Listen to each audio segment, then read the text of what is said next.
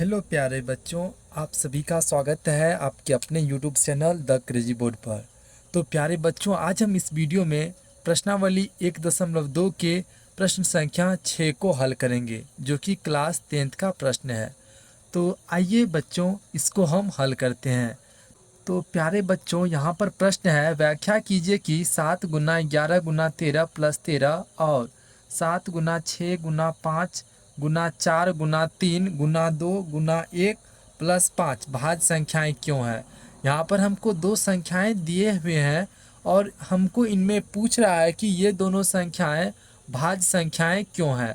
तो आइए हम इसको हल करते हैं। यहाँ पे हम लिखेंगे हल, और हम यहाँ पे मान लेंगे कि माना कि ए बराबर इतना, माना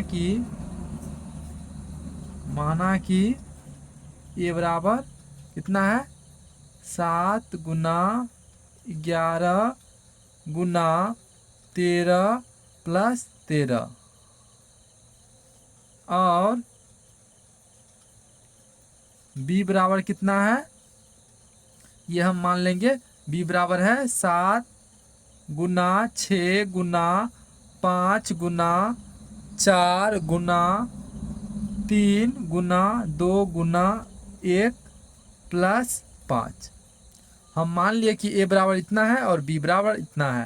तो यहाँ पे हम लिखेंगे ए बराबर 7 गुना 11 गुना 13 प्लस 13।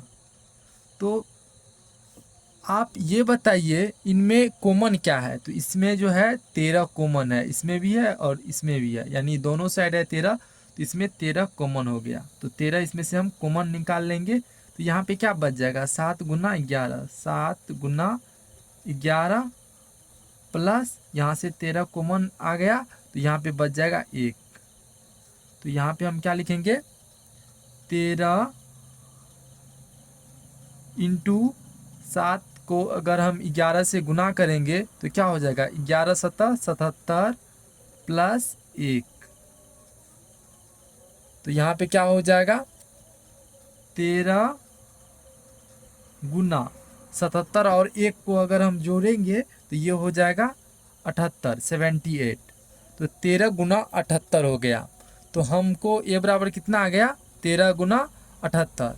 तो इसमें आप ये देखिए कि 78 में 1 और 78 के सिवा किसी अन्य संख्या से इसमें भाग लग रहा है।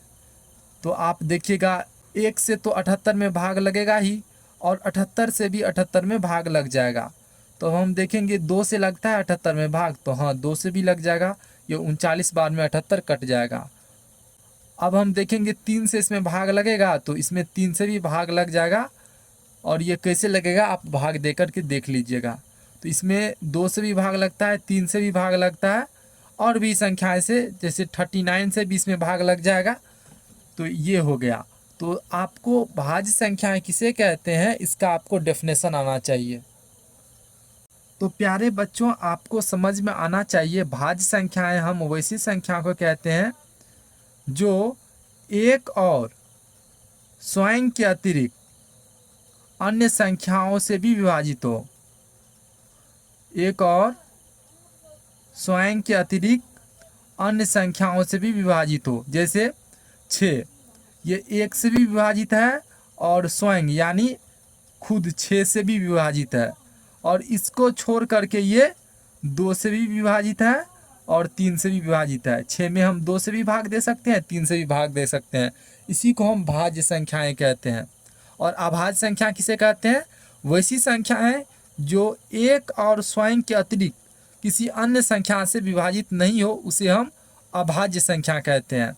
जैसे 5 में देखिए सिर्फ हम 1 से भाग दे सकते हैं और खुद से यानी 5 से भाग दे सकते हैं। इसके अलावा हम किसी दूसरे संख्या से इसमें हम भाग नहीं दे सकते हैं। यानी हम इसमें 2 से भाग नहीं दे सकते हैं, 3 से भाग नहीं दे सकते हैं, 4 से भाग नहीं दे सकते हैं। उसी तरह से दूसरा अभाज्य संख्या क्या हो जाएगा, वो हो जाएगा 7। तो 7 में भी हम 1 से भाग दे सकते हैं और 7 से भाग दे सकते हैं, किसी दूसरे नंबर से इसमें हम भाग नहीं दे सकते हैं। तो 7 भी क्या हो गया, ये हो गया अभाज्य संख्या। अभाज्य संख्या।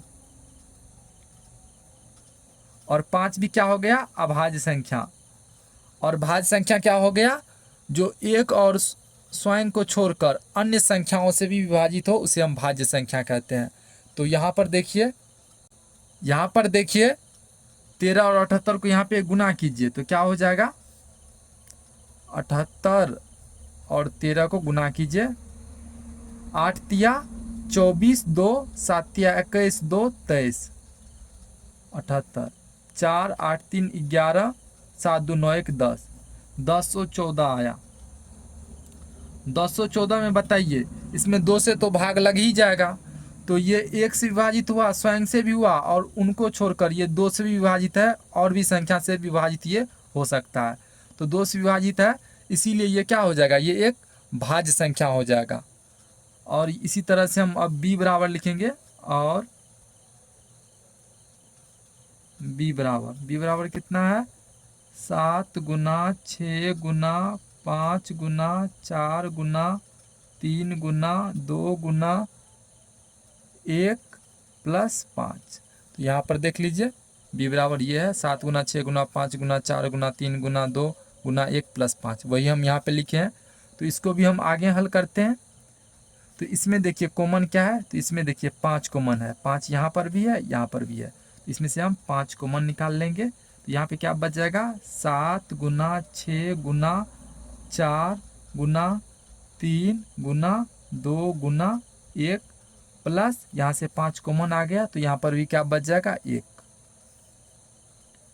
अब जो है इन सबको मल्टीप्लाई कीजिए, यानी गुना कीजिए, तो क्या हो जाएगा, 7 6 के 42, और इसको गुना कर लीजिए, 4 तिया 12 दूना 24, तो 42 और 24 को मल्टीप्लाई कीजिए, 42 और 24, 2 चौके 8, 4 चौके 16, 2 दूना 4, 4 दूना 8, 8 6 4 10, 8 1 9 1 10, यानी 1008 हुआ। तो इन सबको हम मल्टीप्लाई किए तो कितना आया, वो आया 1008। आप मल्टीप्लाई करके देख सकते हैं, प्लस 1। अब क्या हो जाएगा, 5 गुना 1008 प्लस 1, तो ये कितना हो जाएगा, 100819, 1009। अब इसको हम मल्टीप्लाई करेंगे 5 से, तो ये कितना हो जाएगा, 9 5 45, 4 यहाँ पे हो जाएगा 4 0, उनके बाद ये हो जाएगा, 1 को 5 से मल्टीप्लाई करेंगे तो ये हो जाएगा 5, यानी 5045। तो ये 50 45, ये देखिए एक और स्वयं को छोड़कर अन्य संख्या से भी ये विभाजित है, यानी 1 से तो ये विभाजित हो ही जाएगा, और 50 45 यानी 5045 से भी ये विभाजित हो जाएगा। और एक और स्वयं को छोड़कर ये देखिए 5 से विभाजित है, तो देखिए इसमें 5 से भी भागा लग जाएगा, तो ये भी क्या हो जाएगा, ये एक भाज्य संख्या हो जाएगा। ये 5 4 9, 9 5 14, तो इसमें 3 से भाग नहीं लगेगा, 5 से लग सकता है और भी नंबर से लग सकता है। तो एक और स्वयं को छोड़कर अन्य संख्या से भी ये विभाजित है, इसी वजह से ये भाज्य संख्या हो जाएगा। तो यहाँ पे हम लिख देंगे, अतः पहला वाला संख्या भी ये भी भाज्य संख्या है, और दूसरा वाला संख्या ये भी भाज्य संख्या है। यहाँ पे हम लिख देंगे, अतः संख्या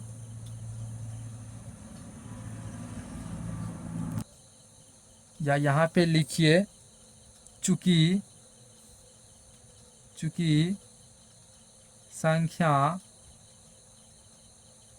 संख्याएं, पहला संख्या क्या है, वह 7 गुना 11 गुना 13 प्लस 13, संख्याएं 7 गुना 11 गुना 13 प्लस 13 इतना, और दूसरा संख्या कितना है, वह 7 गुना 6 गुना 5 गुना 4 गुना 3, 7 गुना 6 गुना 5 गुना 4 गुना 3 गुना 2 गुना 1 प्लस 5, संख्या इतना और इतना, एक और स्वयं को छोड़कर अन्य संख्या से भी अन्य संख्या या अन्य संख्याओं से विभाजित है, से विभाजित है। यहाँ पे हम क्या लिख दिए, चूंकि संख्याएं 7 गुना 11 गुना 13 प्लस 13 और 7 गुना 6 गुना 5 गुना 4 गुना 3 गुना 2 गुना 1 प्लस 5, एक और स्वयं को छोड़कर, यहाँ पे कोमा दे दीजिएगा, एक और स्वयं को छोड़कर अन्य संख्याओं से विभाजित है, अन्य संख्याओं से भी कर दीजिए, यहाँ पे से भी विभाजित है। तो ये एक और स्वयं को छोड़कर अन्य संख्याओं से भी विभाजित है, इसीलिए ये क्या हो जाएगा, ये एक भाज्य संख्या हो जाएगा। इसीलिए